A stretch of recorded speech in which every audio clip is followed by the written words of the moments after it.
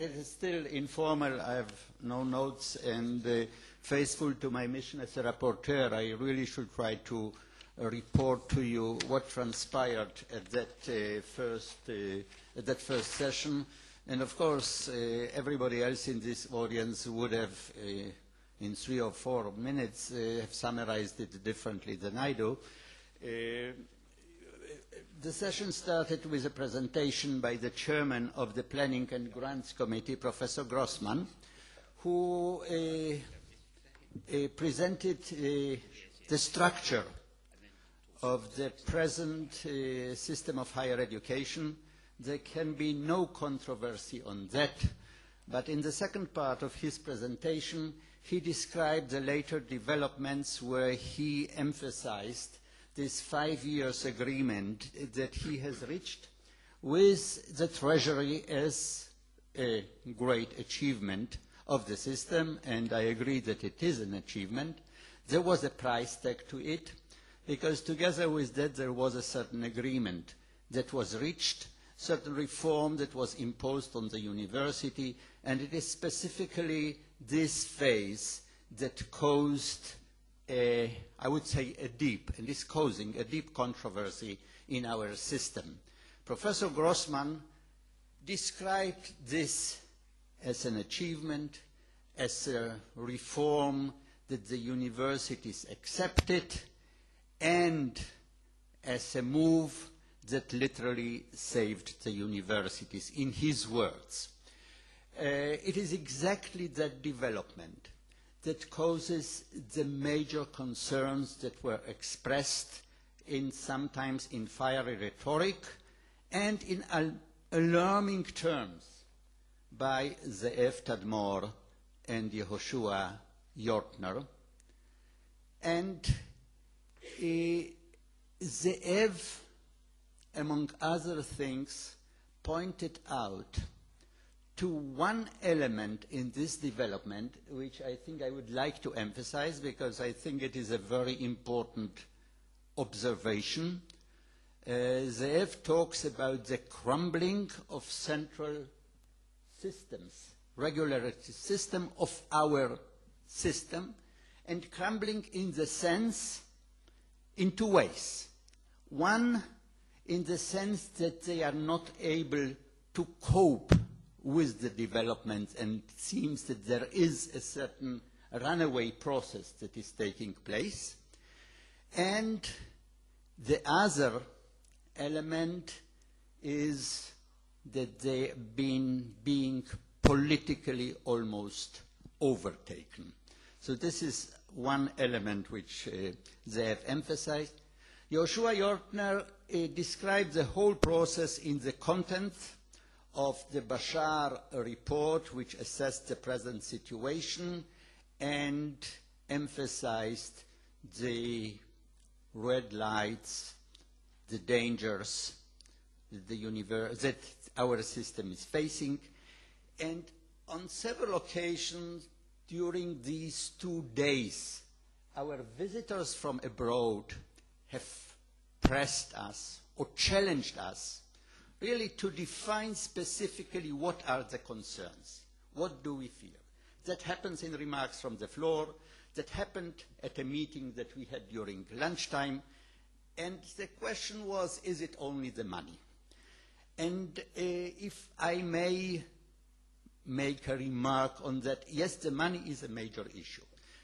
Professor Grossman emphasized in response to remarks from president of a college about why does the system not encourage or subsidize a research infrastructure in the colleges? He emphasized all the time the scarce resources.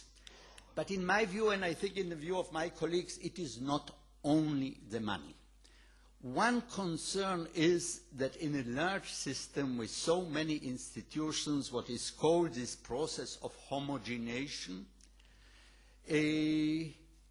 which may lead to a system of homogeneous institutions in such a process institutes or centers of islands of excellence get lost.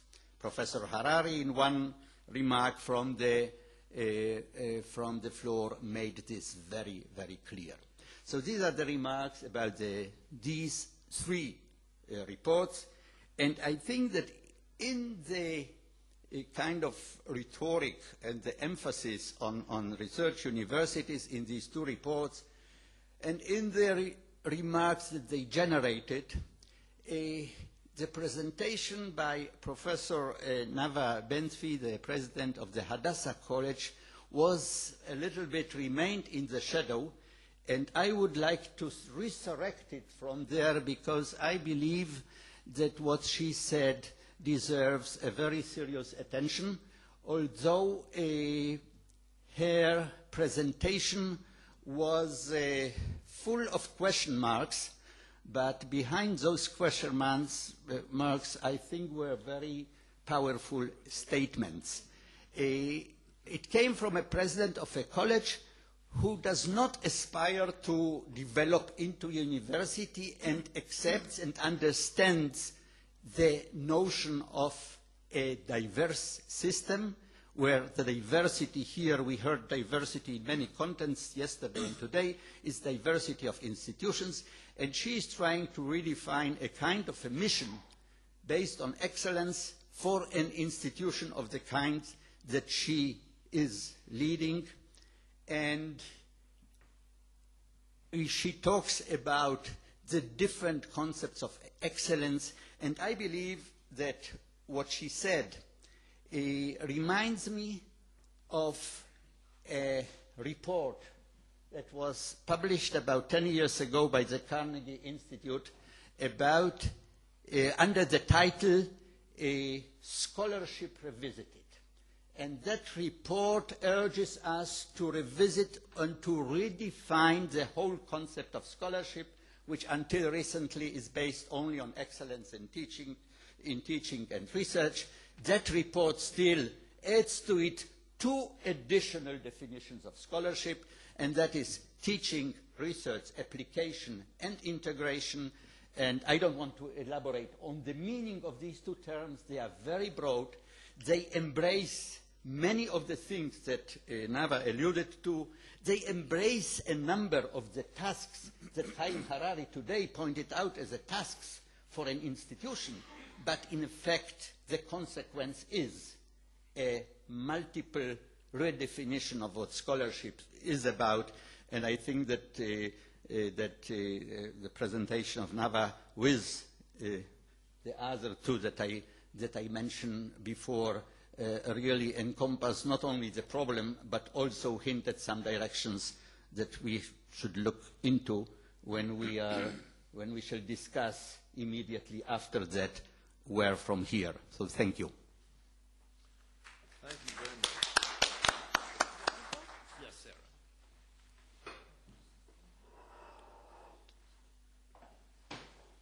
Can we close it? Yes. Okay. Good afternoon to everyone. I am really pleased to be a rapporteur of two presentations made by two of my dear friends, Guy Niv and Ulrich Teichler.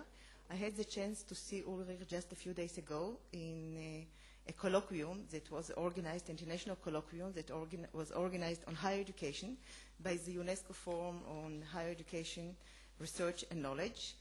And one guy was also there. And one of the things that was dealt there, and many people came, it was a rate of participation of 380 people, was diversification and differentiation of higher education systems. So it's a very popular theme right now all over the world. And as Thorsten phrased this morning, unquestionably, Europe is undergoing a major historical reorientation. And the two last decades witnessed, I would say, the deepest and widest changes in higher education systems in Europe since their very establishment. And notions about what is knowledge, what is learning, what is teaching, how do we generate knowledge, how degrees are structured, how systems are structured, are all the time on the agenda. They are challenged and revised. And speaking about historians and historical events, interestingly, some of the largest initiatives to restructure higher education in Europe took place by celebrating historical events of the medieval universities in Europe. One such event was in 1988 when hundreds of people gathered in Bologna to celebrate the 900-year birthday of the University of Bologna, and then the Magna Carta Universitatum was charted. And 10 years after, 4 ministers of education of Germany, Britain, Italy, and France gathered in Sorbonne to celebrate the 800th birthday of the University of France, though it does not, Paris, though it does not exist in its original form right now. And a year after, the Bologna Declaration was issued, so celebrating historical events. I would say that right now in Europe, you really see a whole reorientation and restructuring of degrees, but some of the trends and developments that have an impact on what Ulrich entitled the horizontal and vertical patterns of diversification actually sometimes go contradictory direction, as also in the paper of Guy Neve it was stressed. I will pinpoint 3 such pairs of directions that sometimes counterbalance each other or even complement each other. One is, on one hand, more diversity of institutions, as Guy Neve told us about the technopoles in France and the institutional clustering of schools of engineering in the Netherlands, and you have the virtual university, consortia-type university, many labels of new universities. On the other hand, the Bologna process very much urges towards more convergence of degree structures and more collaboration, and I believe that within 10-20 years, the degree structures of most European countries will look very much the same on the basis of the Bologna Declaration, 3, 5, 8. That the first degree will be 3 or 4 years, the second degree will be 1 or 2 years, and a doctoral degree will be 3 years. A second pair of such contradictory or different direction developments are, on one hand, more competition for resources, for students. On the other hand, greater collaboration. And I am a great believer in greater collaboration. So I believe really that collaboration is going to get us to many nice places for everyone. And another pair of such developments is granting much greater autonomy to individual universities, at the same time asking for a greater accountability of the institution as an institution. And now, Martin, I will use the few minutes that I have in order to try to take the lessons that appear in the presentations of Guy Neve and Ulrich Teichler and some other people here in the conference, and to try to relate them to the Israeli higher education system. And I will very briefly mention 7 such links. The first one, this meeting colloquium is entitled Transition to Mass Higher Education Systems. Higher education systems, not higher education institutions. And it's different. We always studied that the whole is bigger than its parts. And in another meeting that we had during lunch, we spoke about it, that it seems to me that still the Israeli higher education institutions developed one by one. And suddenly we have 57 such institutions. And though it is a system by the declaration of the law and the Council of Higher Education, so still it is a top-down system. It was not formulated as a system, a cohesive system, and arrangements between the different segments of it. So I believe what the future, one of the challenges that we have in the future, is really to organize it into a cohesive system, and as Sheldon also phrased it, in order to get the legitimacy of all the parts that operate, and not just by a law or somebody that enacted from the outside. If to borrow one of Neil Postman's metaphors in talking about the mankind situation, he said, we have to imagine as though all of us are in a spaceship. And everything that happens in this spaceship affects all the others. So it's better that we collaborate and cooperate than go against each other. The second point is, it's very important, tremendously important, when higher education systems diverse, to ensure the status of the research universities and the research functions. And we talked also about it, that when we speak about research, So obviously, to conduct comparative research of higher education, if I take the field of many of us here, does not necessitate the same infrastructure as conducting a nanotechnology research. So obviously, when we speak about research, we speak about the big research in the physical and in the natural sciences, and most of it is usually conducted either in universities or in special institutions. Most of the colleges, Nava, and you deal in such subject, but most of the colleges that operate also in Israel really do not do hard science research. And it's very important to ensure these funds, both from governments and other sources, and we have to think very carefully which other sources can be kind of mobilized for this purpose. The third point is to ensure flexible pathways of mobility as in the California master plan, because we do not have it. And not just to pay lip service, because to say that we have to collaborate is different than collaborate. And not only for graduates, that those that finish a BA degree will be able to move into a university with a master degree, but even in between the studies, if they finish, I know that my university has worked on some agreements with other universities for young students that studied during the high school and also during their military service, that if they finish a couple of courses at the Open University with high grades, they can enter immediately a second year in the Technion or Tel Aviv University or Hebrew University. This is the kind of arrangements that I am talking about, but this is only at a very, very, very, I would say, minimal level, so we have to work more elaborately on this issue.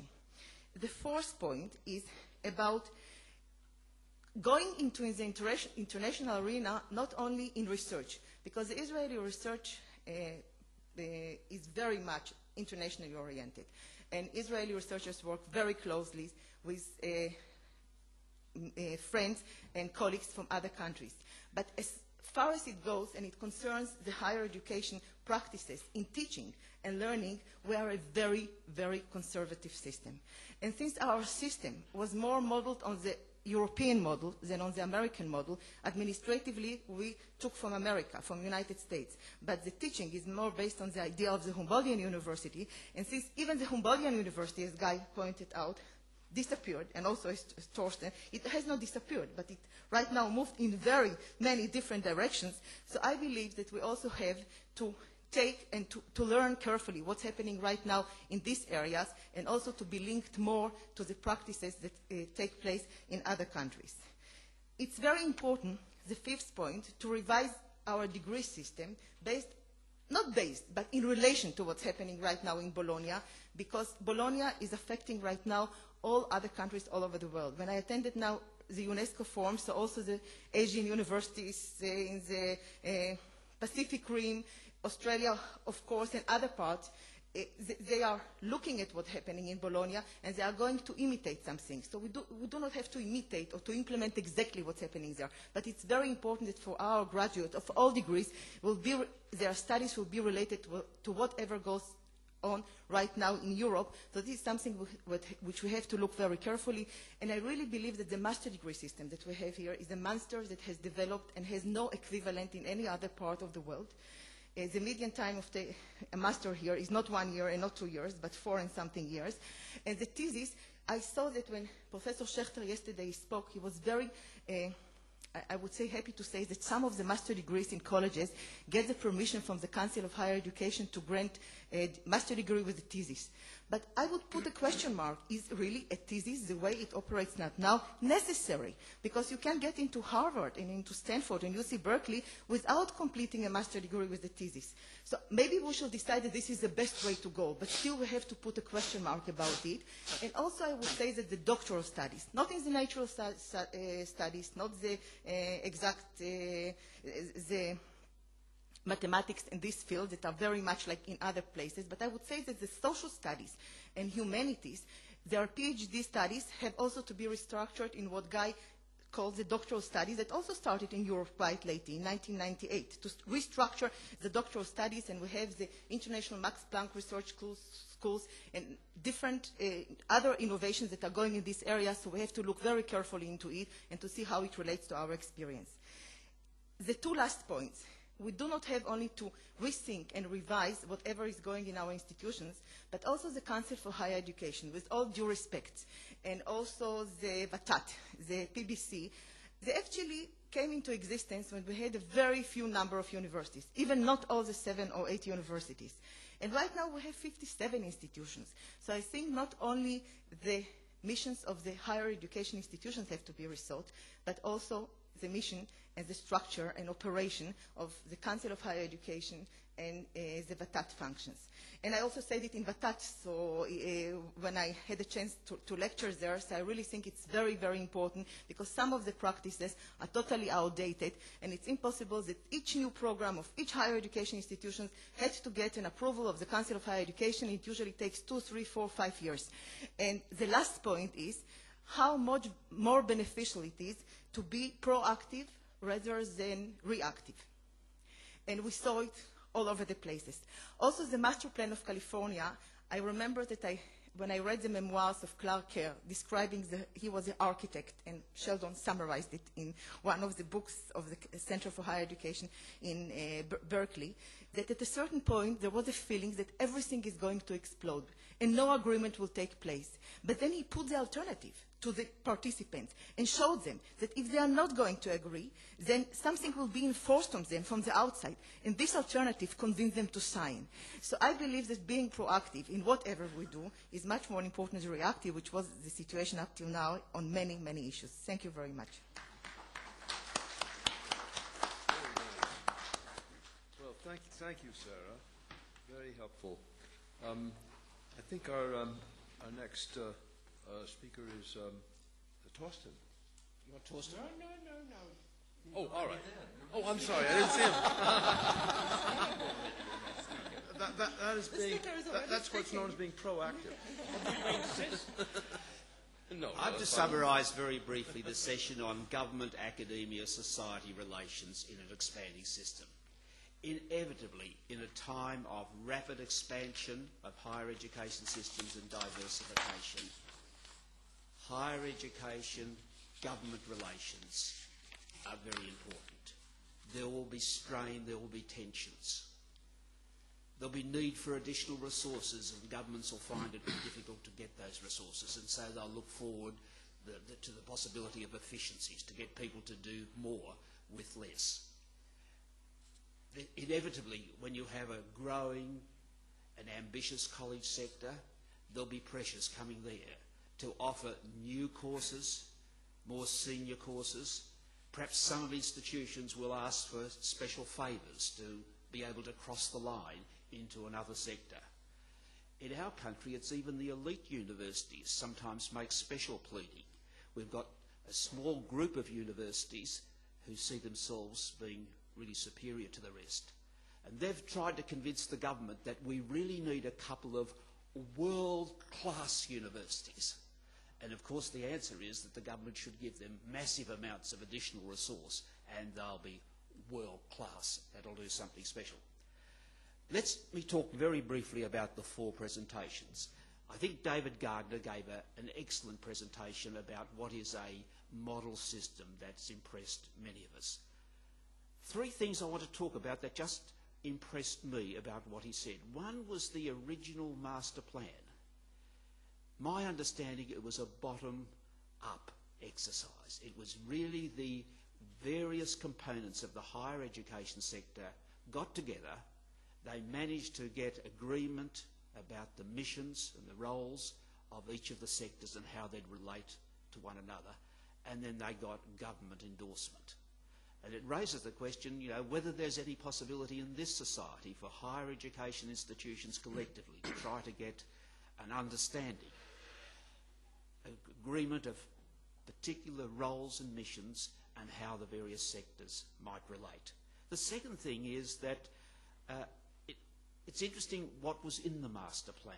Now, I don't think it necessarily means that other societies have to do it the same way, but I think it's very important. If you are to have a plan or an understanding, what kind of elements, what are the key things where you need agreement? Certainly about the missions of the research universities and the different colleges. But I'm sure there's a number of other things. The third thing I think was very important in his presentation was about the transfer function, the movement of students, the recruitment of students into different kinds of institutions, and the possibilities for students to move. And I think that's of great importance. And particularly, under what conditions are students able to move? After 2 years, in the case of California, after completing a bachelor's degree here, can they move straight into the university for graduate study, or do they have to do additional courses, and so on? Martin Trow gave, as usual, a very thoughtful and interesting presentation. I was taken with his number of criteria for successful reform. Greater autonomy is necessary to the institutions, strengthening the role of presidents and so forth. And I think that might be a useful topic of debate in this society. If we're going to have successful diversification, what are some of the criteria that will need to be met, and to work out to what extent the system is meeting it at present and what could be done for the future? Torsten Neubaum gave us a somewhat pessimistic view of what had happened in recent years in Europe with regard to the elite universities.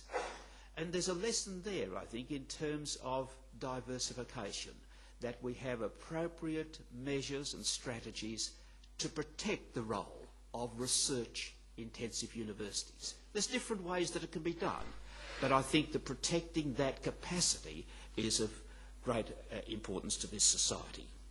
Finally, Professor Harari covered a wide range of items, particularly of talking about tasks and resources. One thing that stuck in my mind was particularly the points he made about a student contribution.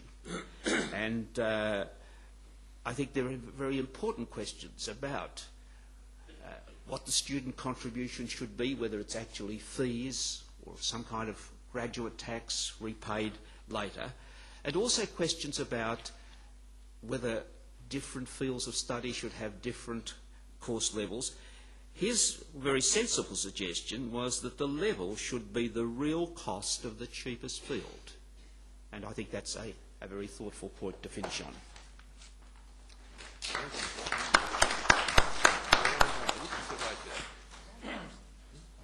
Well, I probably will do nothing in the area of reporting, since I've been actually asked by my Israeli friends to add yet another European country to the list. And it perhaps could be appropriate because the Israel and Sweden, or I probably would include, say, when I'm talking now, I'm very much talking about the Nordic countries, and particularly Sweden and Finland. There are some similarities between Israel and Sweden, amazingly enough, but there are, of course, differences too. Starting with the differences, Sweden is probably the most secularized country in the world. Nobody goes to church except on Lucia, the 13th of December, and they go there to listen to their young daughters singing in choirs, not to worship. And second, while Israel is a fairly small country, Sweden is an absolutely enormously big country. It's the second largest country in Western Europe, only slightly smaller than France. So if you take the Scandinavian peninsula, including Finland, and put it over Europe, everything disappears from Biscaya to Moscow, more or less. They are three, geographically, and that has had some bearing on also the science production. If we take similarities, at least you started out as a social democratic country, and you have a short, I have a very long tradition of powerful central government who can act, and who can act brutally, and do so very often. This has also implications for the sciences. Second, which has been a thing that has been pointed out by many Israelis here, is that, so to speak, your excellence in science depends to a large extent on what you spend on defense. Well, the country that spent even or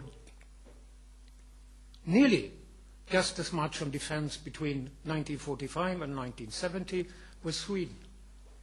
So much of the Swedish, you could say, Sweden had no research policy between 1945 and 1975.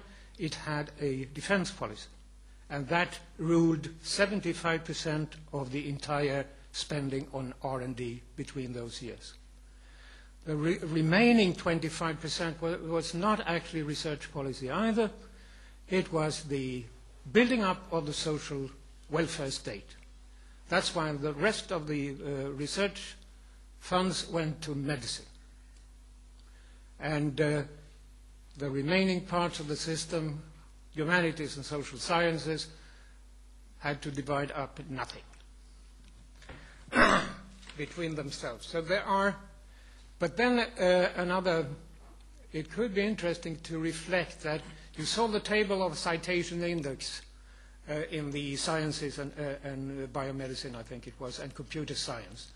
And you see always they are all there, the Swiss, the Swedes, the Israelis, the Finns, the Danes. And part of the explanation would, I think I at least could suspect, was that Israel had, as far as research is concerned, had a very stable system that had virtually not changed in 1958, and that had been a blessing as far as research is concerned.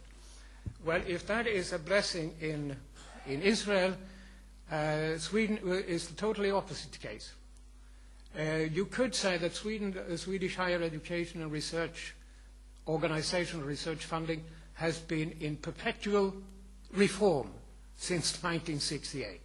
We have had at least one major reform every decade between 1970 and today. In the 60s, we introduced the English-American PhD. We reformed, we left the German Habilitation and Licenciat. That was the first major. We turned our universities into actually an internal binary system where there were cleavage between research and teaching. So we created pure teaching position, pure teaching career. That was, so to speak, the first action we made to cope with the massification of higher education. And of course, I would say overall that research benefited very much from this cleavage. But I think it was an institutional mistake because it made the institutional crackle. And so we had to revise it in the 80s. And so now, formally, there are no just teaching position in the Swedish universities. In the 70s, we introduced a credit point system, modular system. In the 70s, we also actually started to diversify our higher education system by introducing university colleges. They were the first, I think 4 were actually branches of the university. So my present university was the Uppsala extension, so to speak.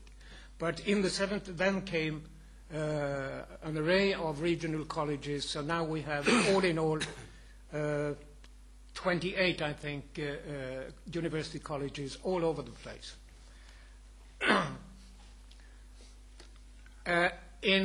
As far as research funding is concerned, the 70s meant an enormous raise in funding, but it was not traditional research council funding. It was what we in Sweden call sectorial funding, applied science.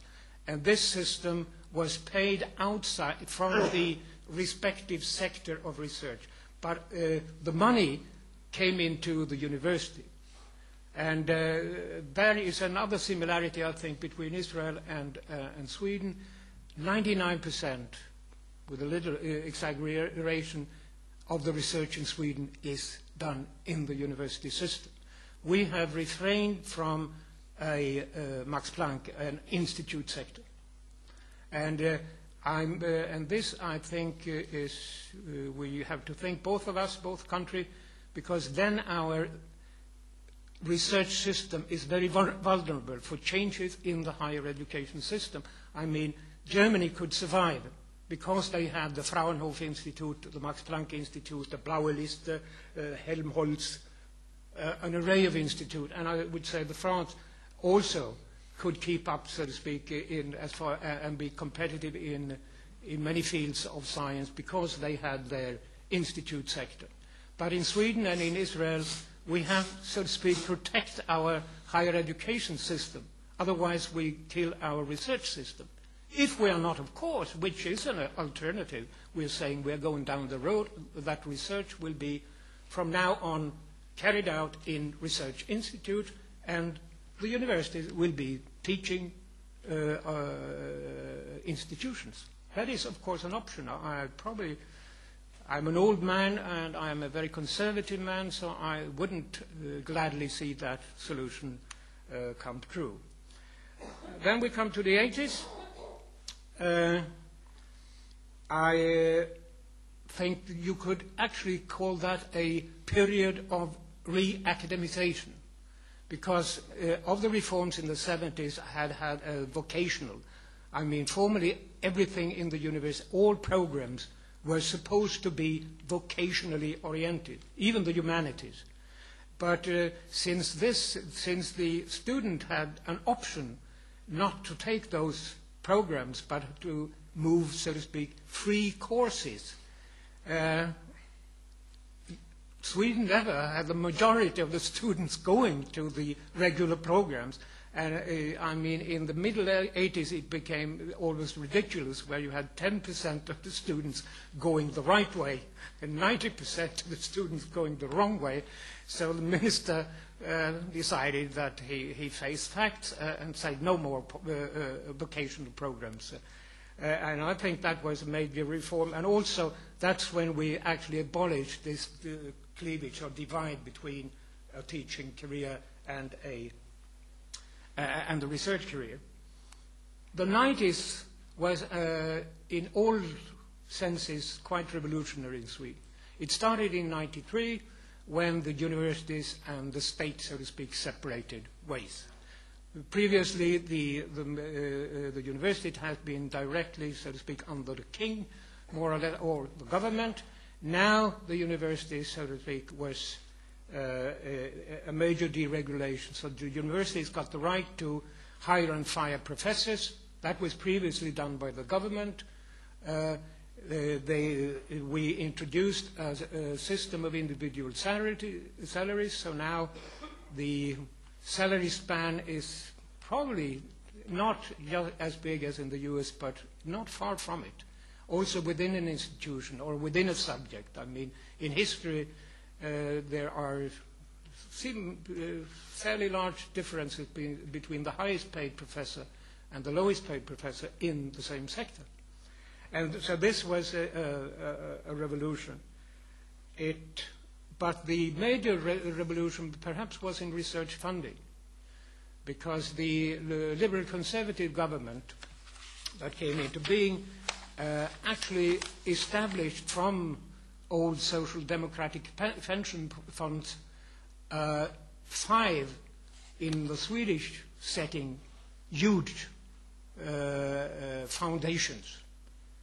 Private foundation, actually official but private foundation, that was to so to speak, fund research in all areas, including the humanities and the social sciences.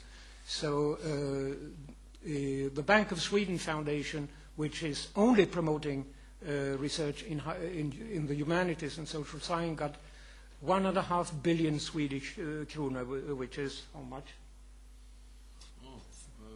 500. Divided by 7. Yeah, your dollar is weakening for every day, so you can't count.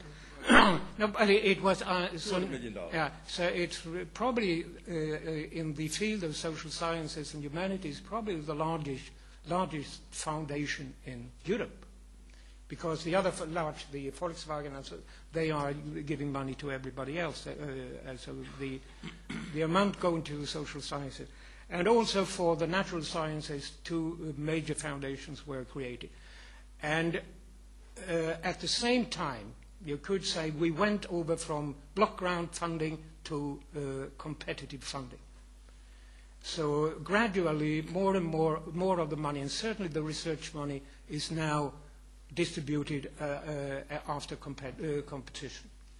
And this has made a tremendous difference, and this in itself has differentiated the system, is differentiating the system more and more, because you can't actually live decently on block grants.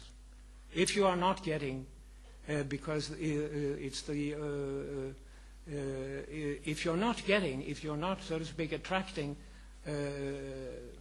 external money or competitive money, you will not be internally funded. So to get, so to speak, your university's money, you have to come, so to speak, with a bag of your own money.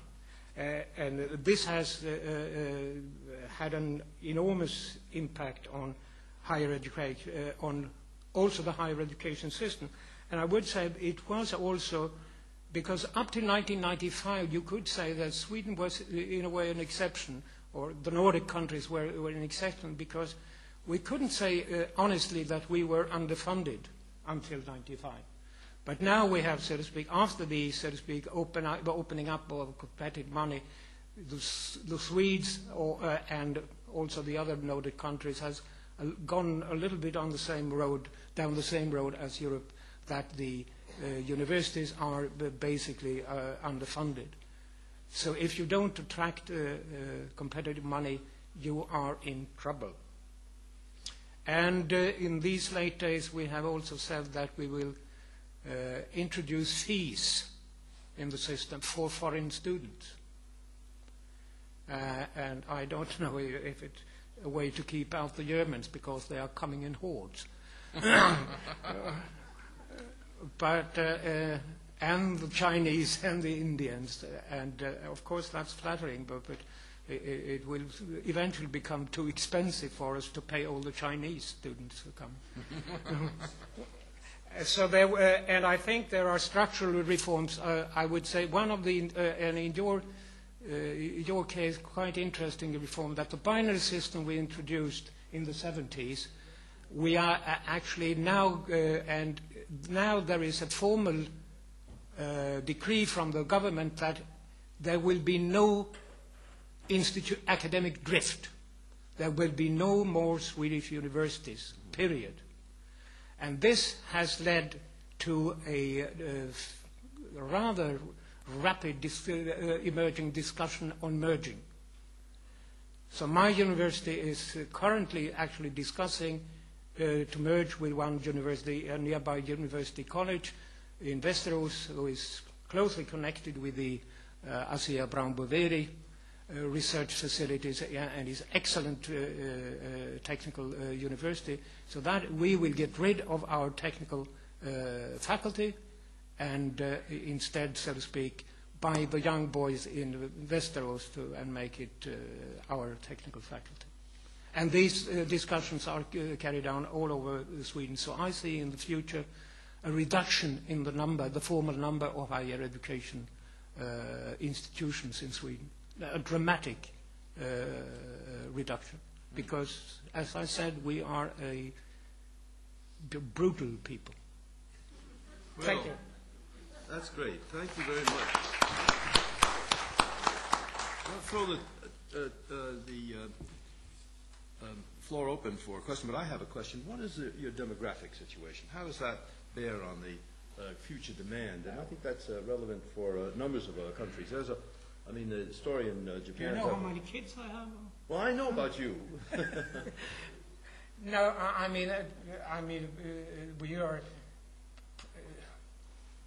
we have the highest birth rate in Europe, the Nordic countries, and Sweden the absolute highest. But that doesn't tell you anything, because we're in trouble anyway. So while the birth in Italy all the Catholic countries that are supposed not to have children in abundance, they have no children. I don't know what they're doing down in Italy. Besides, that's none Because of they your have no contraceptives. that's none of your business, actually. No, so I mean the demographic situation is roughly the same all over Europe, and I mean now of course we were talking a historian that in the span of 5 or 6 years, every professor in history almost will be retiring. So the golden boys and girls are gone from the 40s, and that will be tremendously a strain on the system. Yeah. Sorry? He needs a professor of Swedish history. Oh, he needs a professor of Swedish history. Oh yes, you can apply. Come. Well, would you raise your hand and tell me which of our distinguished panelists you'd like to address, please? We might actually, before I do that, would any of you like to speak to any of the other people? Sir, identify yourself, I guess, for the tapes too. Well, I was impressed with one. What your name? That's all. Alex Skinner. I know, but the tape doesn't know. Okay, so I'm saying I was impressed with your analysis of what happened in Britain. And one of the points which you made is that it was a kind of top-down reorganization of British universities, which were actually nearly passive in this reorganization process, and it had really very little or no say in what was happening. Mm-hmm. Now, we are going to a process here in which I think at some stage there will be a need for reorganization. Mm-hmm. I must say that we are not organized as a scientific community in order to deal with this kind of dialogue with government. Mm-hmm. And I think it's time that we get organized.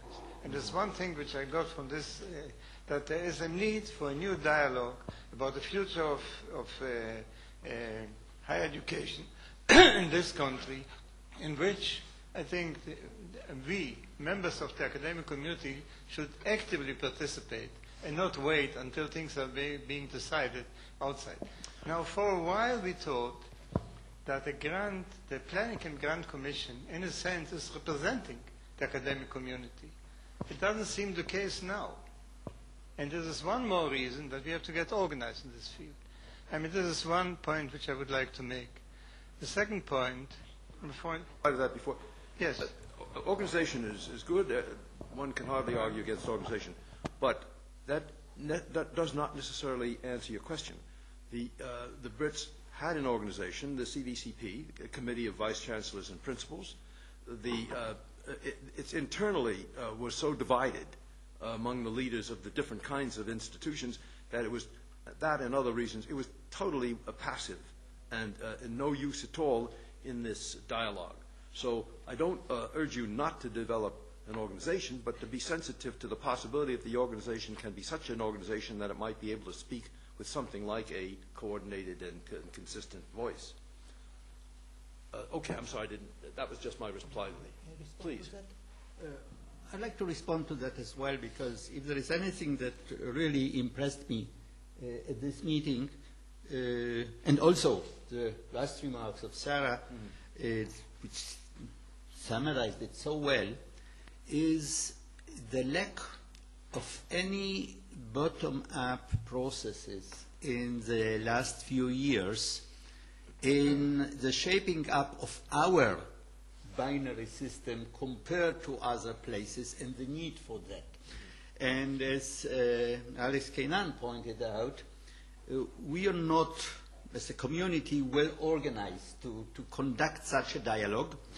And one of the messages that Zehev in his remarks, in his presentation, made about the crumbling central systems, he also emphasized the crumbling of the only voluntary, non-statutory system, the kind of a president's council, which also became ineffective. And that really encourages me to think that First of all, I'm convinced that it is necessary, that kind of dialogue, and not only with the government, but also within the system. And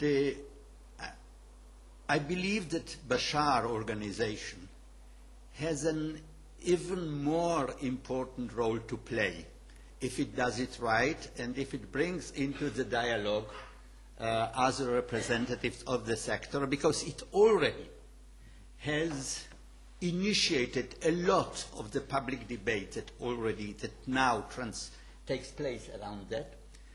It has the respect of certain elements in the political system and in the different political parties. So I believe that walking away from that will have an even greater incentive to continue what we have started to do and to do more of it in the future.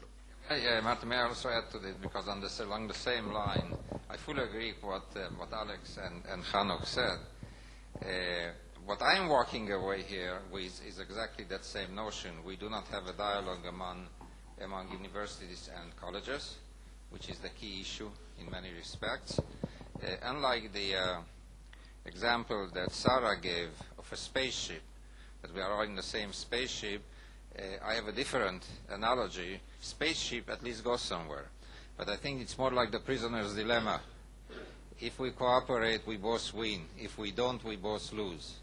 Now, the colleges, seems to me, at least from the presidents of colleges that I talk to them here and elsewhere, they understand this. And they are ready for a dialogue.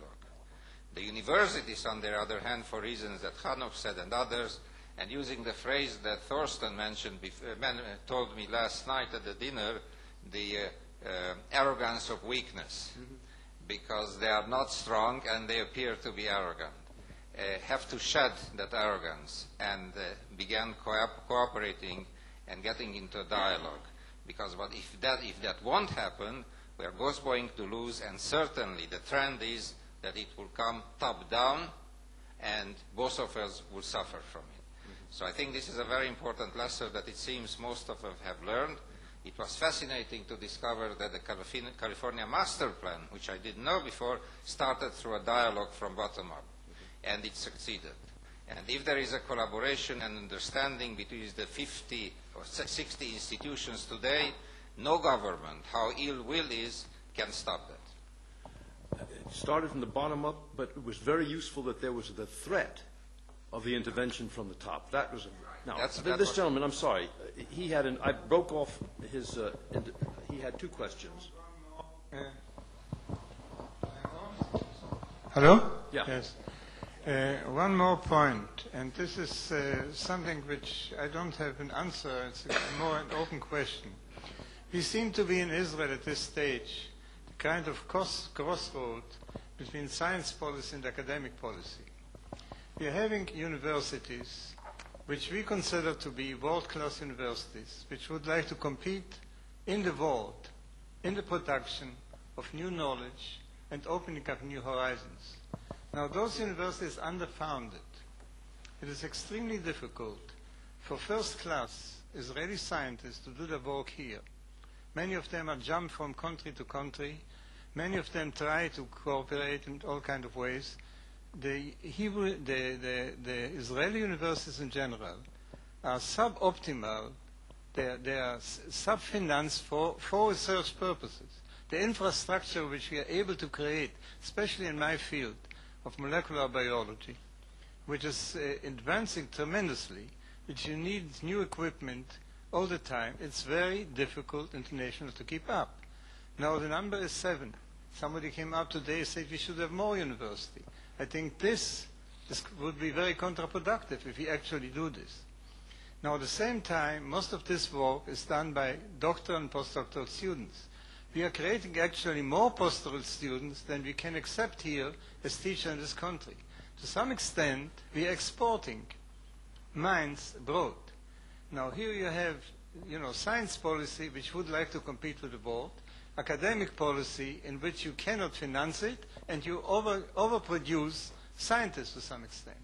Now, in a comprehensive policy framework, those things should be addressed. There's actually no forum at this stage which can address us in this country. Thank you. This gentleman, just speak up your name. Professor Bodenheimer, Jerusalem College of Technology. I would like to make several comments. One of them is I'm very encouraged to hear that at least former heads of universities are prepared to enter a dialogue with non-universities. This is the first time I hear it.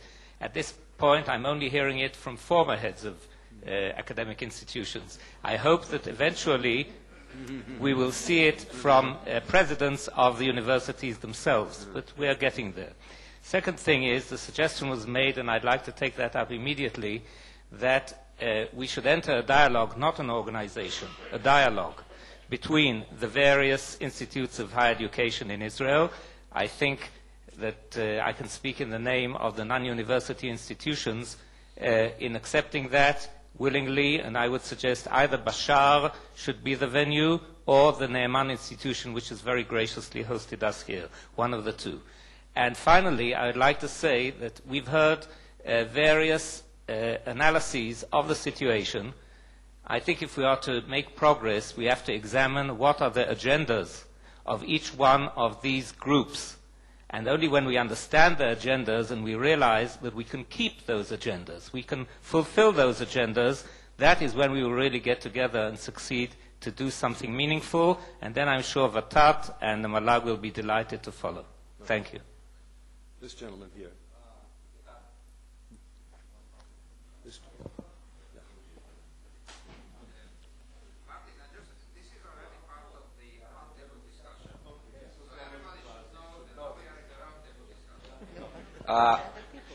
Moti Schechter, the president of Tel Chai College. I wish I could be as optimistic as you are, Zehev, although it's always nice to finish a conference this note being optimistic. Yeah, right, right. When we organized this conference, the question was, what is the purpose? And one major purpose, if not the major purpose, was to bring experts from abroad and to try to learn from the mistakes and the successes of other higher education systems. I think that part was very successfully achieved. The question is, what's next? Because people were asking, so what about, would there be policy recommendations, so on and so forth? That was not the purpose. But one of the purposes was that the system of higher education here in Israel would listen to us. Now, look, how many people of Vatat, the people who work for Vatat, the chairman was here for one day, the upper echelon Vatat, the people who make up the committee, Shmolo Herskovich is here, the people who make up the Vatat, the planning and budgeting committee, the people themselves. How many people of the Council of Higher Education were here? Those are the people who make decisions every day on accreditation, on budgets. I mean, do they know everything that they can afford not to come here and listen, at least to part of the deliberations? That drives me into pessimistic observation, because those are the very people that will have to make the decisions. Now, I'm not talking of course, the presidents of universities and so on and so forth. There are reasons why some of them are not here. But I'm talking of the people who make the decisions for the system. Now, I want to borrow from Sarah, you made seven points. One of them I think you should have brought up to the top. And this is being proactive. Now, why do we have to go through the same mistakes that all the others have made, where we have ready-made, off-the-shelf solutions? Of course, one solution, two solutions, but we can take them out, adapt them to our needs. Why do we have to wait 50 years and go from one catastrophe to another? It's not just a matter of funding. I mean, we have 53 colleges with universities. I don't remember. Okay. Compared to the University of California system, even the 7 universities themselves would never merge into one University of California. But that's besides the point. We have too many colleges, period. They were established because of local interest, because of political interest. No logic whatsoever. the Council of Higher Learning, Higher Education, the Planning and Budgeting Committee. We all know that some of them have either to close down or merge. They will not do it. I have gone now through 2 attempts to merge colleges. It will not happen from below, unfortunately. It will simply, that's from experience, hands-on experience. The only people who can do it it's from above. And they have to be proactive in that. And I've been saying to them, and others have been saying to them, do something about it. Because we are wasting people's money, because some of the monies that are being now used in the system could be put to much better uses in the higher education system. Now, I'm not going to talk here about all the idiosyncrasies in the system itself. I mean, in the colleges, Professor Birk asked David Gardner this morning about the promotion system. It's a crazy system. I mean, you have. I mean, what are you doing? But we are talking about hundreds, if not more, of able scientists who teach in the colleges. They teach a load at 50%. The load teaching is 50% higher than their counterparts at universities. The pay is 30% lower than the universities, and they are asked to perform exactly the same as the university counterparts. The committees that award them professorialship, we ask them to lay down what are the criteria for promotions in colleges, and to this day they have not done so. So those people don't even know what is expected of them. This is very rich human capital. It's being wasted away. And nobody is doing anything about it. What we need is leadership. And unfortunately, I don't see it around.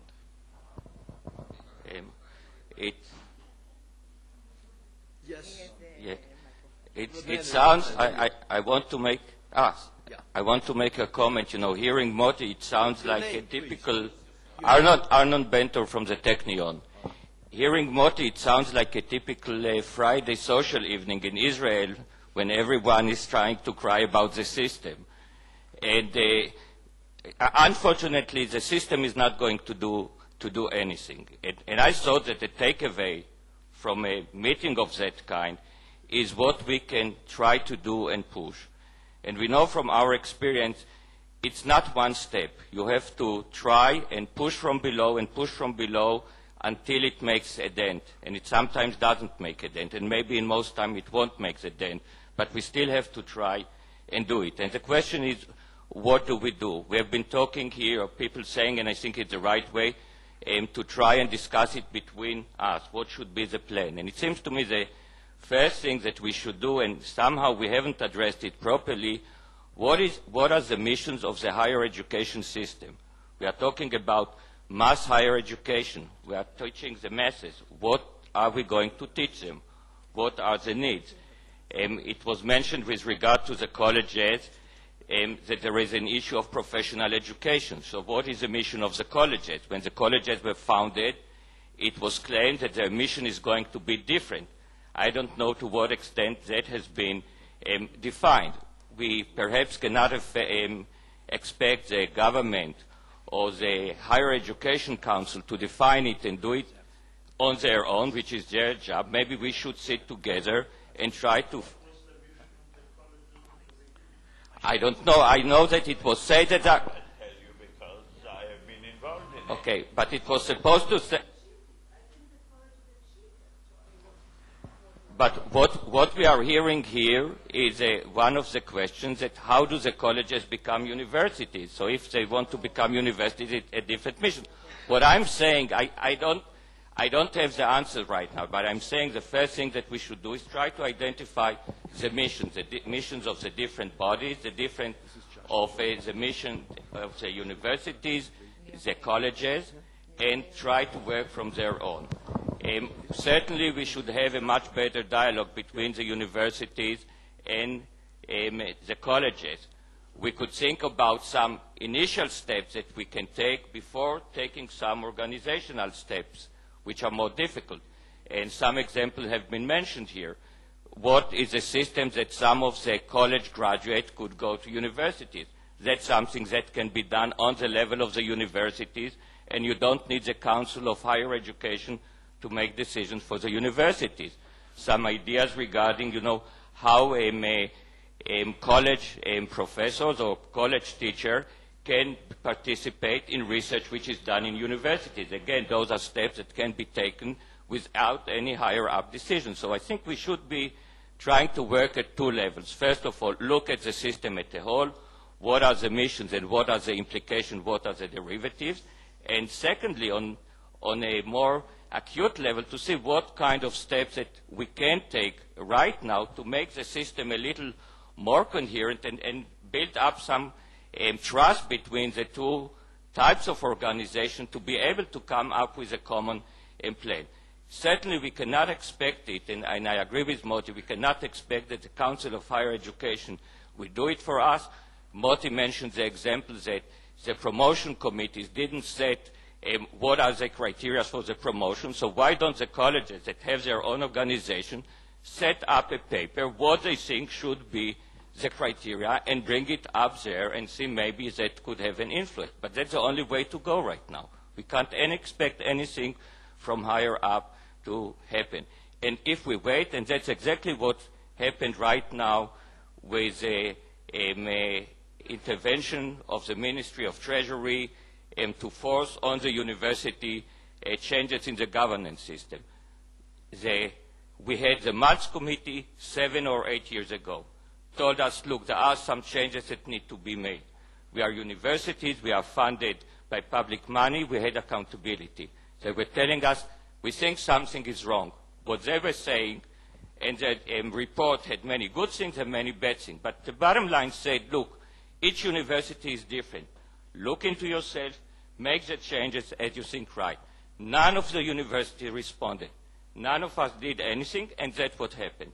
So we can sit here, we can complain about the Ministry of Treasury, but we didn't take all the means that are necessary to prevent such intervention. And we should learn from that lesson. And we can do things, and we could start from the bottom. It's not easy, and it's not a guaranteed success, but that's what we have to do.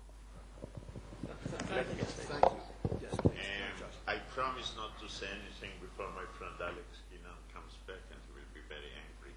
You know, in our discussion, I have the feeling that we have too many exclamation marks and too few question marks, and therefore I was raising, I was very happy to hear some question marks. I'm also very, very grateful to our friends who came to attend this meeting from abroad, because we really learned a lot.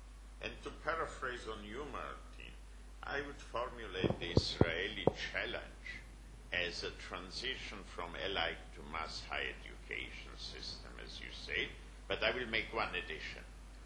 To do it while maintaining a high-level research system. And that's crucial for Israel, and that's not obvious. And when we talk about the broad goals, Chaim Harari put them in a very readable way. I did put them in terms of 10 commandments, which really span the whole spectrum of national and international obligations of the Israeli research system. Now we come to research in this definition, and the majority of basic research is the sole function of the universities.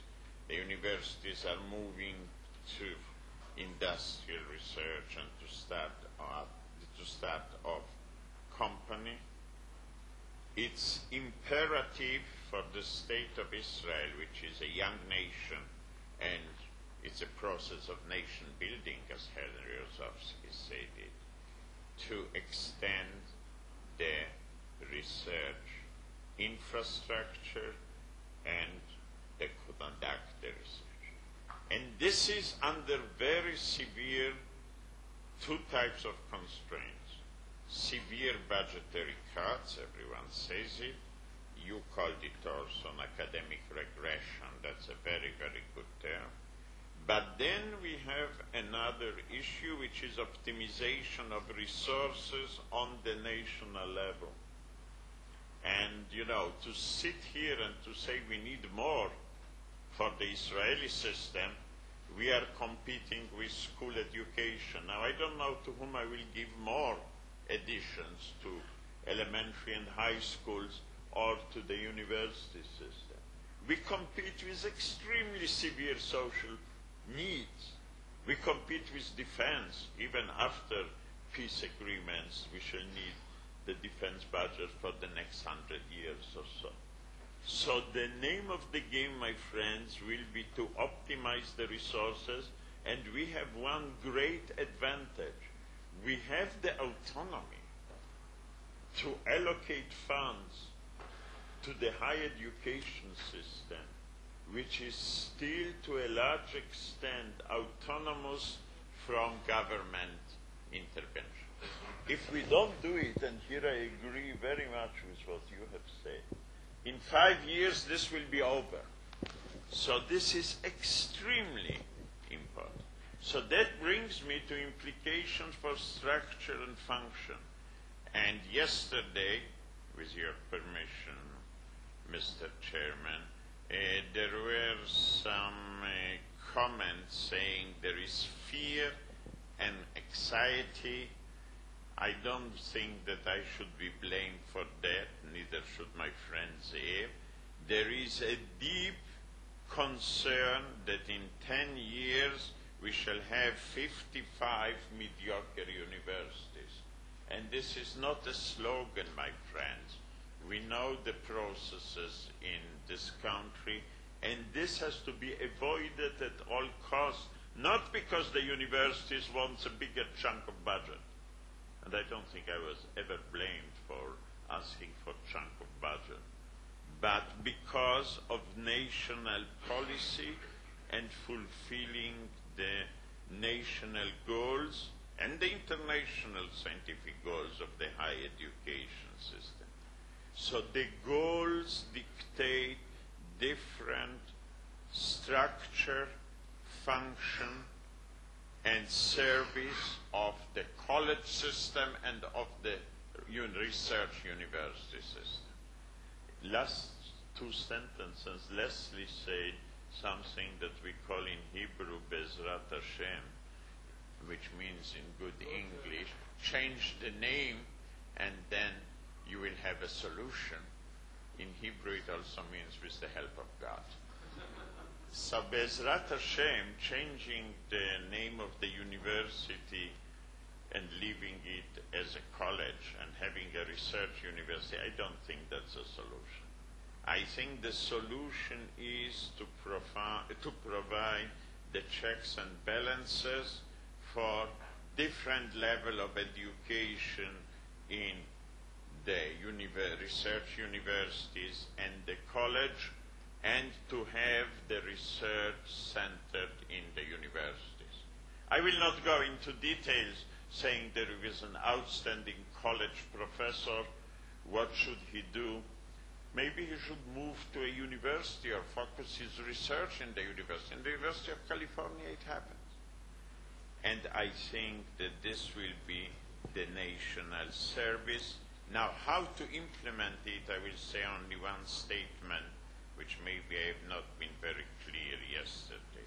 30 years ago, there was a national committee which really provided provided a system which worked beautifully for the higher education system of Israel since 1975. It's time now to re-examine and to open this box, I will not say Pandora box, but this box, and start from re-examination of the system. With all my deep respect to Bashar, I don't think, and Zehev, I'm sure will agree with me, that the authority and the impact will come from our report. Our report should be a catalyst, as one chemist says to another. It has to be a national effort on the national level, and I hope that this will be able to be implemented. Sorry for taking so much time. Before as the agreement of the chairman here and with Zehev, let me just announce the procedure on which we agreed, because you noticed this started as a session of the reports, it now shifted to a general debate, and on the program, we have a very specific question that we would like to address. So what is suggested that we do now, we have 6 people who asked to speak. That will be Meir, Arza, Dan, Neil, Shlomo, and Itamar. After that, and Sheldon, fine, 7. After that, we define. And let's confine these to 2 minutes, because otherwise we'll be here. 2 minutes each. Yes. I don't 2 minutes to 7. No. Okay, 2 minutes each, and then we pose the final question for remarks, and we say a few things. So who is first here? Arza. Your name. Arza Ron, Western Galilee College. I take the risk that I won't be welcomed when I come back tomorrow to my college. And I'm one that I don't believe that a college is a baby university, and when they grow, they become universities. And I also, unfortunately, can't believe that all children can be above average height or whatever. So I accepted that each college should give his own service. Somebody asked what the colleges achieved, and I think that the main thing was availability of higher education to the periphery and for students that couldn't get accessibility. That's negishut. You know, I just couldn't translate negishut, and I think, what? You always help me. Yeah, always. I always got help from you in science, too, Yoshua. So the accessibility, and it can't come always with excellence, and that's what local people, cannot accept. But I think that each one of the colleges should be allowed to be excellent in one area, to have something special that they can be excellent in, and then to give an education to masses that sometimes couldn't get into the university or maybe even shouldn't be there. You know, my college is in an area of Israel where most of the population are non-Jews, and they have disadvantages with languages because they don't know, I suspect even they sometimes don't know even Arabic well, because they have to learn 4 languages before they start higher education. And I find that the way they graduate, they are so much different than when they come in, that I think it's a national task to give higher education to these people and to everyone, and then some of them can get into higher degrees, and they are different people. It's good for themselves, and if I go according to the criterion of last lecture, what's his name, from Harvard, you know how it affects the Henry Rozovsky, how it affects the communities. There is a huge effect. So I think that we should learn to, and among the colleges, it's true, there are some that really are good even in research, and they carry good research, and they should be allowed. Yeah, but that's it. I think we need to go on to some other people here, but I want to thank you for this intervention, because what you're describing, we have a word for that: excellence. Okay. Who is Mayor? Tzadok, I prefer not to talk to myself. Most of the people here are, I think, the same group, and we've been talking to each other for many years. Just to remind you, in '95, the Magnificent Seven, with Martin and Torsten and Guy Niv and Sheldon, of course, were here with reinforcement, this time different people, and we thank them. This was the Van Leer Foundation, and the Van Leer at that time offered the platform to be what Mossad Neiman is trying now to do. So my suggestion is, it's not Bashar, but I think Mossad Neiman should try now to take over what Van Leer hasn't done for years and offer this platform. First of all, we are talking to each other, and believe it or not, Treasury people, I mentioned it yesterday, college people, and ex-president of universities are accepting now the colleges. This is also a major step. I mean, Itzhak Budenheimer mentioned that ex-universities, president of universities, are now accepting the colleges. So there is some changes. Historically, this was something which typical to Israeli phenomena. Universities were against the establishment of the Planning and Grants Committee, were against the colleges. To some extent, they were reluctant when the Israel Science Foundation was established. So I think it's about time for us to find a way of talking to each other. They are consistent.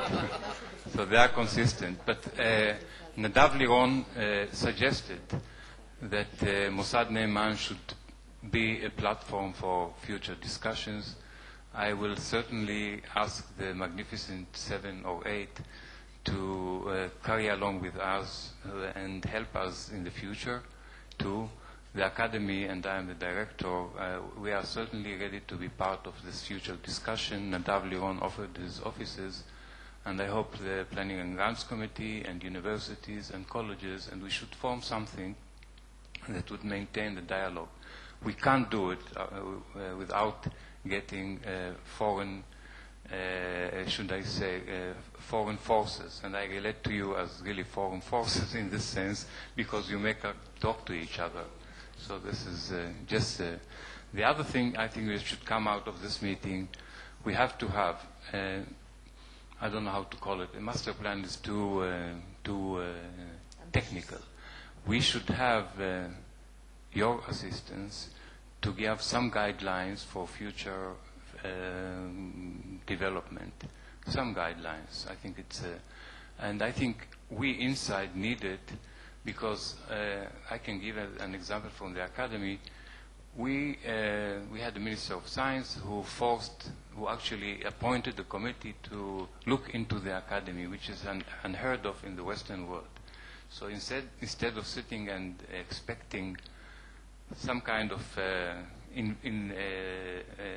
external committees, we should propose that we should have something of this nature, and it's better for us to do it now than get some time in the next 2, 3, or 4 years and external forces who are investigating and not advising. So this is for us.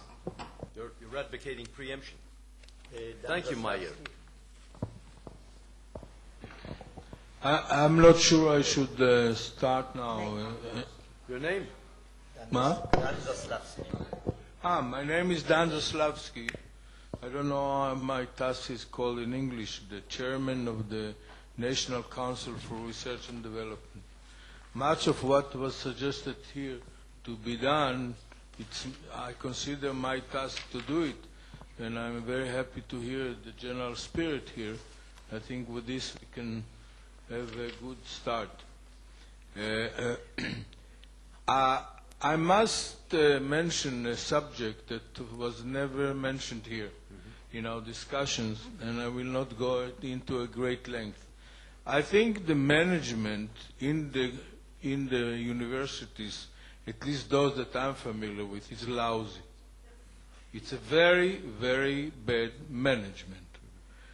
And the very fact that all these smart guys that talk so much in the Senate and in different commissions, they did not foresee what's coming and what's natural, that every child, every Jewish mother would like her child to have a profession. And high schools don't give a profession. It was obvious that all these will find a way sooner or later to where they will study and get some kind of a decoration that he can put on the wall that he has a certificate. And it was obvious that it's going to happen, and it started happening, and the university didn't see it or saw it and didn't give it them. And there is a long list of those. If you look at funds for research and you check how research subjects are being reviewed?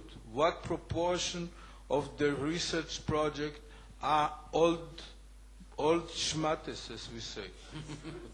and how many new ideas, bright ideas, are being rejected only because they are new and fresh? And so on and so on.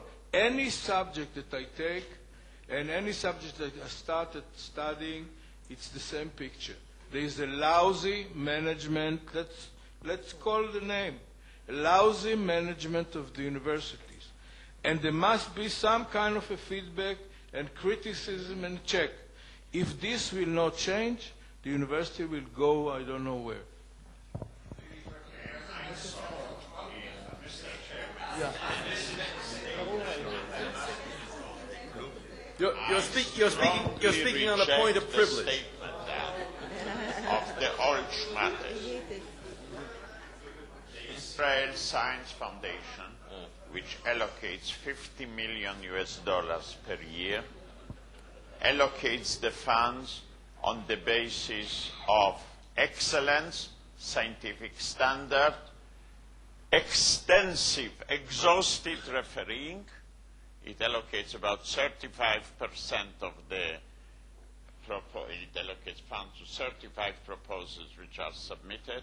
By any international standard, Israel has to be proud of that, and I would be very careful down in making general statements. And here I feel hurt. I think he wasn't speaking about you. I don't think he was talking about you. I'm sorry. I don't think he was talking about you. That's No.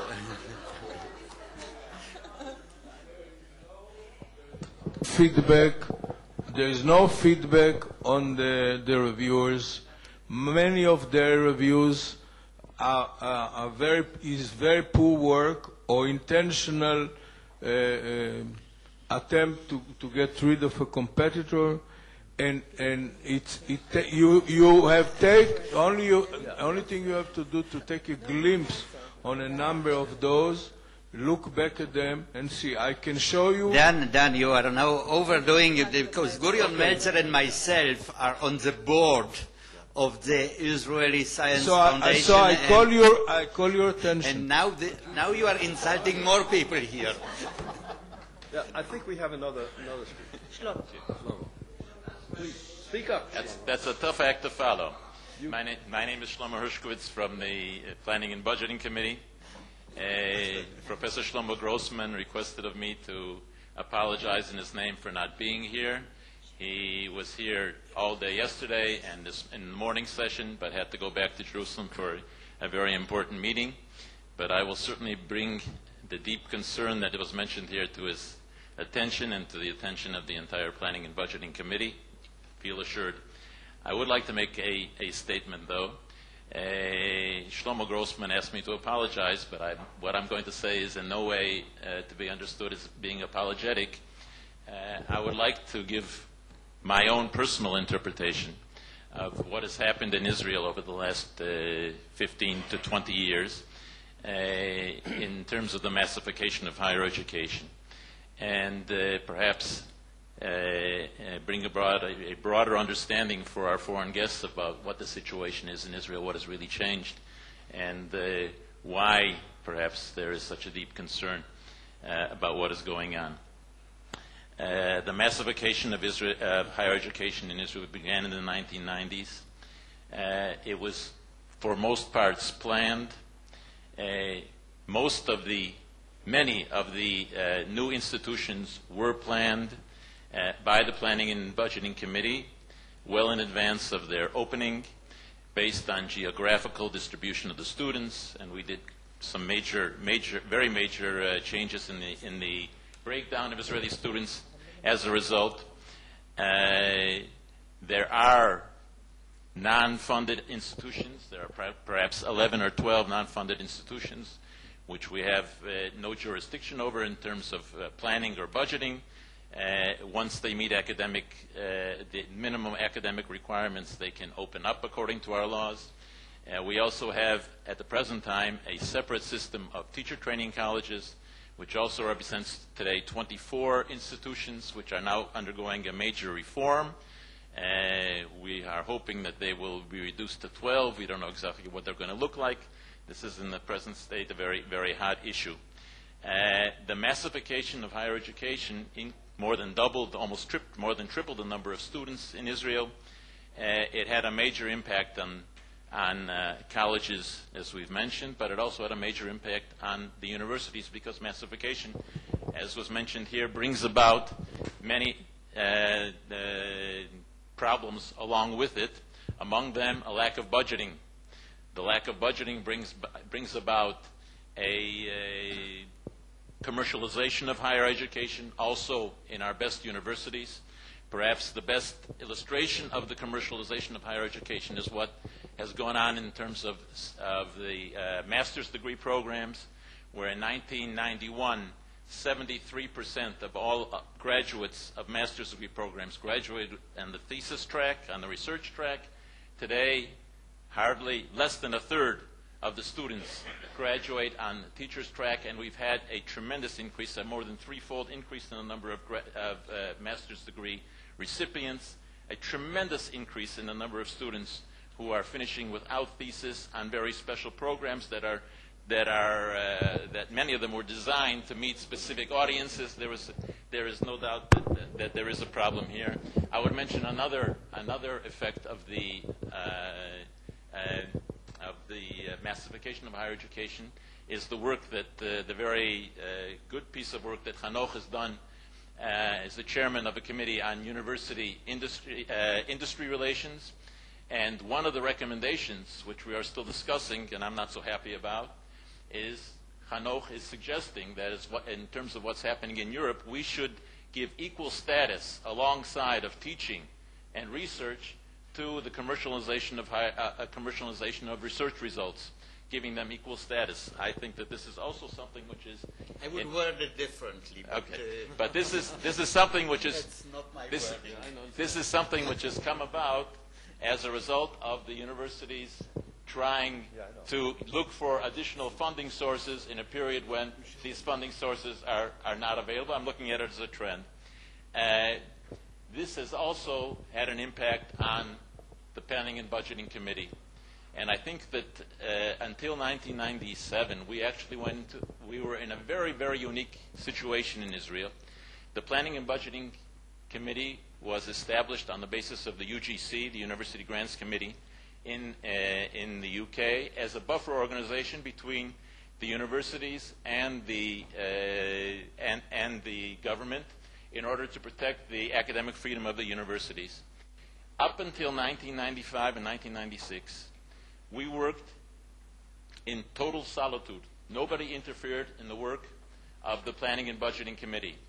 Not the Treasury. The Treasury gave the funds and was quiet. The Council for Higher Education, who we were responsible to, let us do our work quietly.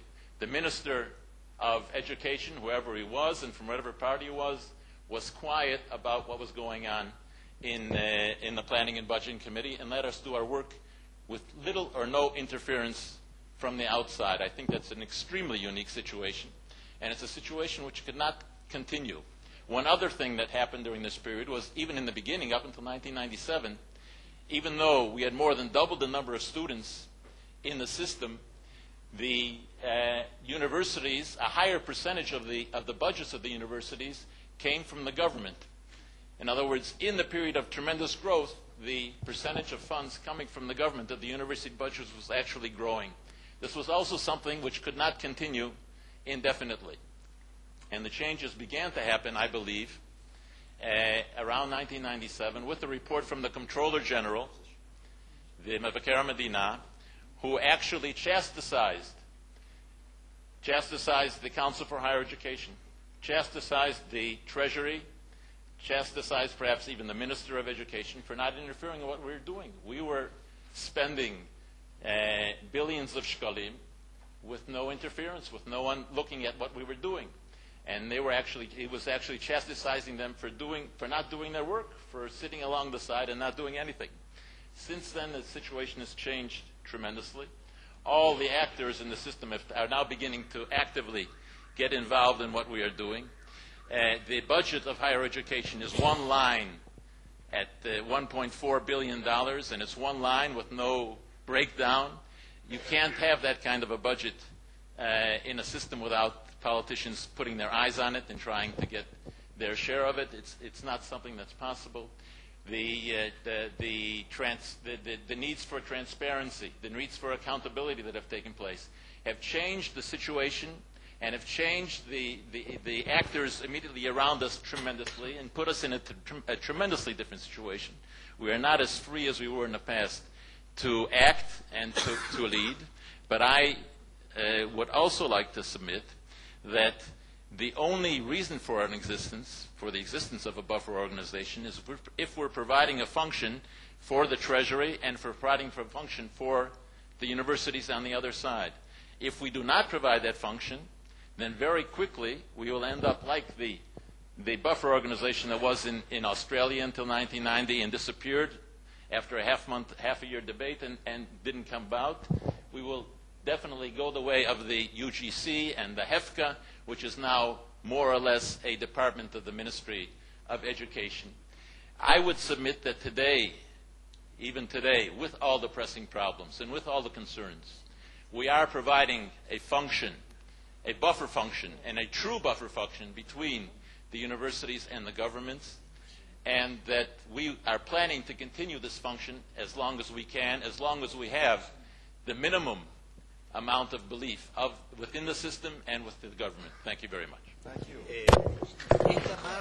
Now, Sheldon has a... Sheldon will be the last one. We have Itamar, אתה תהיה אחרון חביב. You know what it means? אחרון חביב. No, Sheldon. I'm Sheldon Rothblatt. I guess I'm... And you will be the last one.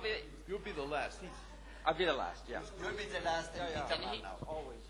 In Hebrew, we say the last one is the most favorite one. I'm Itamar Grunwald from Tel Aviv University. I think one of the points that such a meeting should really reach is a consensus on goodwill, on cooperation and good faith, on hope for the future. Unfortunately, and I in some sense disagree with what we have just heard, the problem of Israeli academic life today is, of course, a problem of budget, a problem of structure, restructuring, but it's a pervasive spirit of distrust, suspicion, disinformation, and I would say despair. And I think I'm not overstating the situation. People really go around in campuses not knowing exactly what the future of their own institution will be. There is no leadership, this was mentioned, which would point where we are going. There is too much diversity between the universities, antagonism between the various structures of higher education, and so on and so forth. I don't know whether we have a solution, but I would like to say one word on behalf of what we are doing at Bashar and probably maybe in the future in Mossad Ne'eman. I think we are really in need of some kind of an ongoing dialogue with the guests that came. And I'm on the committee of Bashar that is doing some work on the future of higher education. We met over lunch, and I think this dialogue should go on. And this is my hope that will be, and I think in some sense I have just coordinated this wish with Hagit, who chairs this committee, who is at the airport.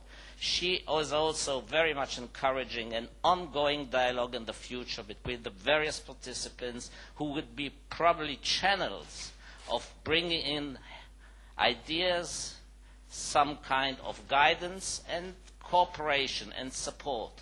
We need that because the political situation in Israel needs strengthening the academic position, because the politicians are on this kind of wave fighting the elite. And if we can go on in this dialogue in the future, this would be a very helpful contribution. Thank you. Sheldon, I think you're last. Is this on? This is on. Sheldon Rothblatt. I don't really pretend to speak with the voice of one of the Jewish prophets, but you do recall that on Shabbat, if the Haftorah reading is from the prophecies and it ends in the original in a negative, we add another passage to make it in the positive. I would like our Israeli family, colleagues and friends to recognize their extraordinary achievements in creating or having been part of a creation of a vigorous and dynamic system of higher education developing under their noses without their even knowing it. But these are the ways in which Hashem works, as you know. It may appear to you to be a balagan, okay? And it is, in fact, a balagan. I'm going to mix my metaphors from different traditions. A balagan exists when the genie gets out of the bottle, okay? We have come to show you that in the last 50 years, in every one of the advanced countries, the slight exception of the United States for different reasons, it's a mess once the whole process of massification begins. That's what Shlomo was talking about. But Shlomo was defending his body, and I think that's fine, defending, attacking, accusing, proposals for the future, the betterment of mankind. All of that comes out of this mess. Martin warned us earlier. We've had other intimations of it. And Ulrich Teichler, I think, must have been ironic in his presentation when he gives you all these theories of how to try to understand whether systems are converging, whether they're hierarchical, whether an elite is destroyed, whether an elite system is being created, Bologna, Schmologna, it all comes out. And this is exactly historically what happens. So Israel, I do think, is an absolutely unique country. I also think Australia is unique. Sweden is unique. They're all unique, and every country says that of itself. All are going through or have to go through this process once the decision is made for social or for economic reasons to start to move forward in a democratic society. This is the inevitable process. Don't despair. Take hope from the prophets. And thank you for being, as you always are, exciting and wonderful to us.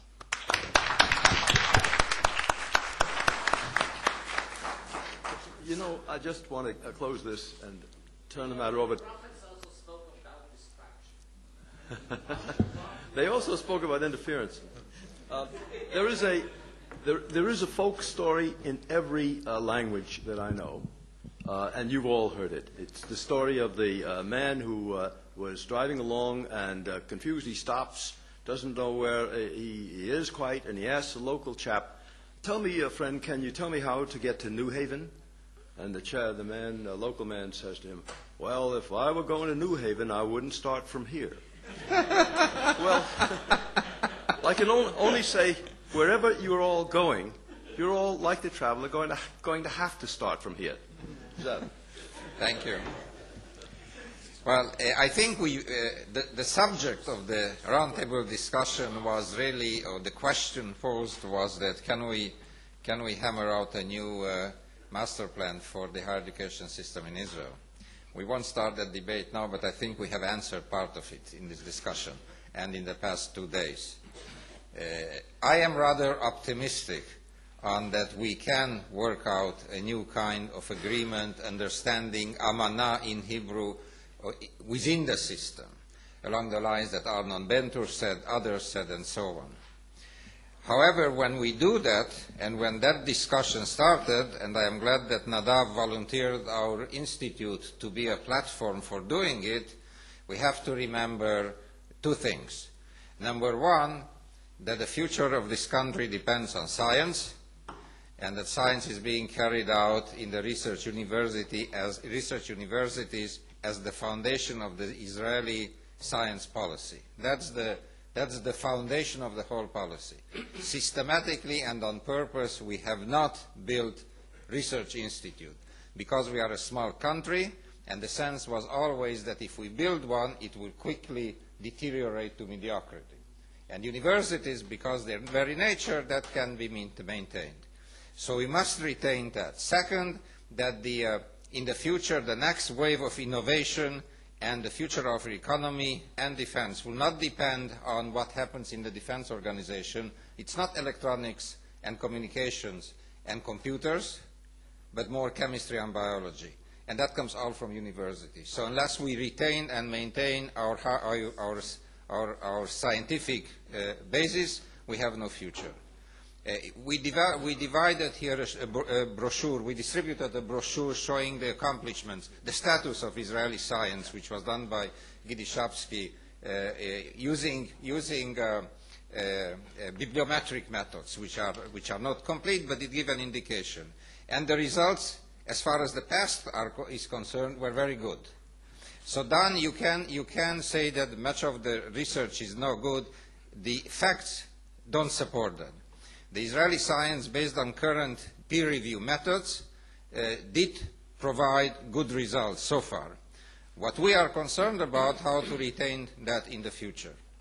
On the other hand, we are deeply concerned about the future of the whole higher education system and the accessibility to the higher education, and to respond to the needs of a broader society, and to do it in such a way that they can fulfill their wishes, the individuals, and to serve the country in a broader sense. And that cannot be done in the disregard of the universities on one side and the colleges on the other side, without a dialogue, an understanding, a communication, and in particular an arrangement where students can move freely in the system, which is very important. Considering the ethnic background coloring of the whole problem, it's even more important.